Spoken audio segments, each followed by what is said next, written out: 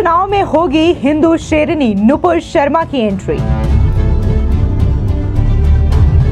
दिल्ली में नुपुर शर्मा को उम्मीदवार बना सकती है भारतीय जनता पार्टी।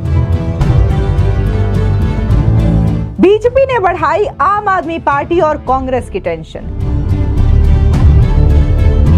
दिल्ली चुनाव को लेकर के बकायदा चुनाव आयोग की ओर से तारीखों का ऐलान कर दिया गया है। इस बीच आपको बता दें कि बीजेपी ने अपनी पहली लिस्ट जारी की है, जिसमें 29 उम्मीदवारों के नामों का ऐलान किया गया है। इस बीच अब अटकलें ये लगाई जा रही है कि नुपुर शर्मा की एंट्री भी दिल्ली के विधानसभा चुनाव में हो सकती है। दरअसल आपको बता दें कि खबर इस वक्त सामने है, जिसके मुताबिक बीजेपी नुपुर शर्मा को दिल्ली विधानसभा चुनाव के लिए पार्टी का उम्मीदवार बना सकती है। और कहा यह जा रहा है कि जब बीजेपी अपनी दूसरी लिस्ट जारी करेगी, तब इस लिस्ट में नुपुर शर्मा के नाम का भी ऐलान किया जा सकता है। आपको बता दें कि नुपुर शर्मा दिल्ली से रही है, दिल्ली के एक जानी मानी लीडर हैं और इसी के साथ ही देश भर में उनको काफी ज्यादा जाना जाता है। जिस तरीके से उनके वक्तव्य होते हैं और बोलने का जो तरीका है, वो लोगों को काफी ज्यादा पसंद आता है और इसी वजह से कहा जा रहा है कि नुपुर शर्मा की एंट्री अब दिल्ली विधानसभा चुनाव में हो सकती है। अगर ऐसा होता है तो यह आम आदमी पार्टी के साथ साथ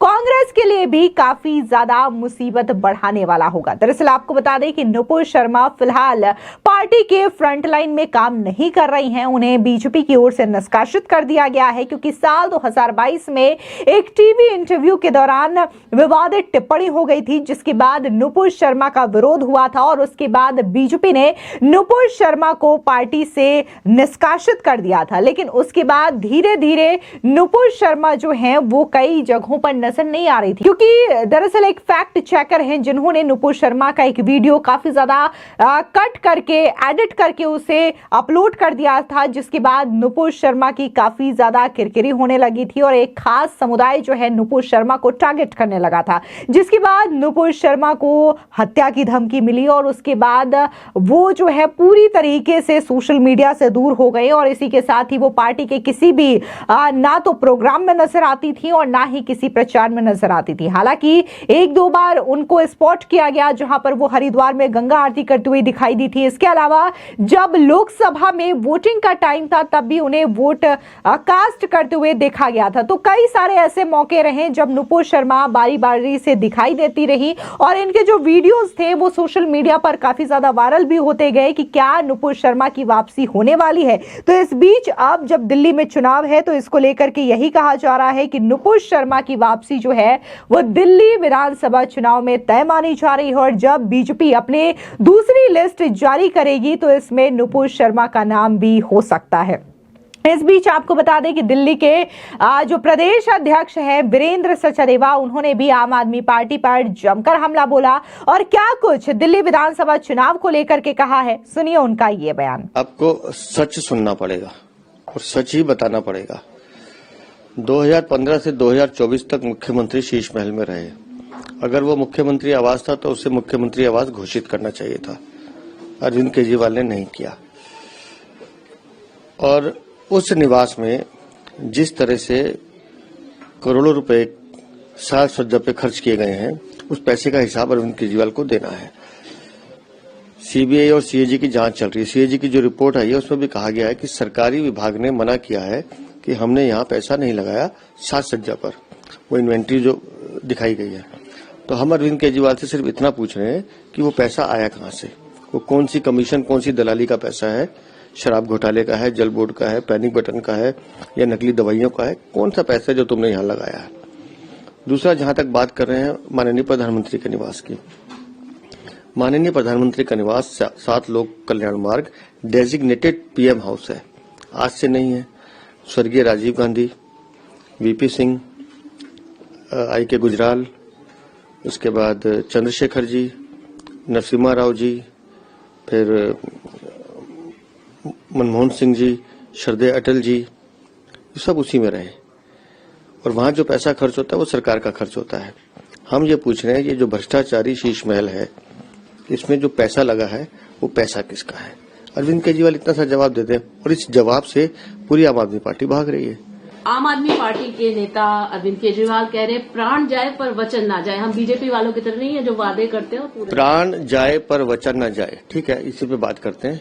मैं अरविंद केजरीवाल अपने बच्चों के सर पर हाथ रख के कसम खाता हूं कि मैं कोई सरकारी बंगला नहीं लूंगा, मैं कोई सरकारी गाड़ी नहीं लूंगा, मैं कोई सरकारी सुरक्षा नहीं लूंगा। तो किसके प्राण गए और किसका वचन गया, अरविंद केजरीवाल बता दें। पंजाब चुनाव से पहले पंजाब की सभी माताओं बहनों ਨੂੰ मैं कहना वा सरकार बना दो हमारी, 1,000 रुपए सबके अकाउंट में आएगा। किसके अकाउंट में गया 1,000 रुपए बता दें। दिल्ली लोकसभा चुनाव में खुली जीप में घूमते हुए अरविंद केजरीवाल सबको कहते थे कि आप जिता दीजिए, सितंबर तक हर महिला के अकाउंट में 1,000 रुपए आ जाएगा। कहाँ आए?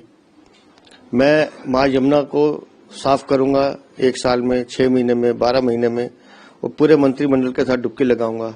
कहाँ लगाई डुबकी?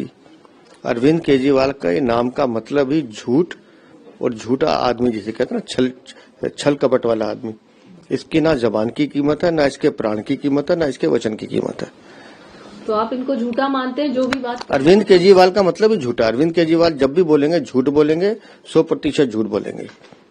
अरविंद केजरीवाल सच बोल ही नहीं सकते। बस एक ही बात, इनकी जो जबान है वो काली है, वो सच्चाई बोलती है।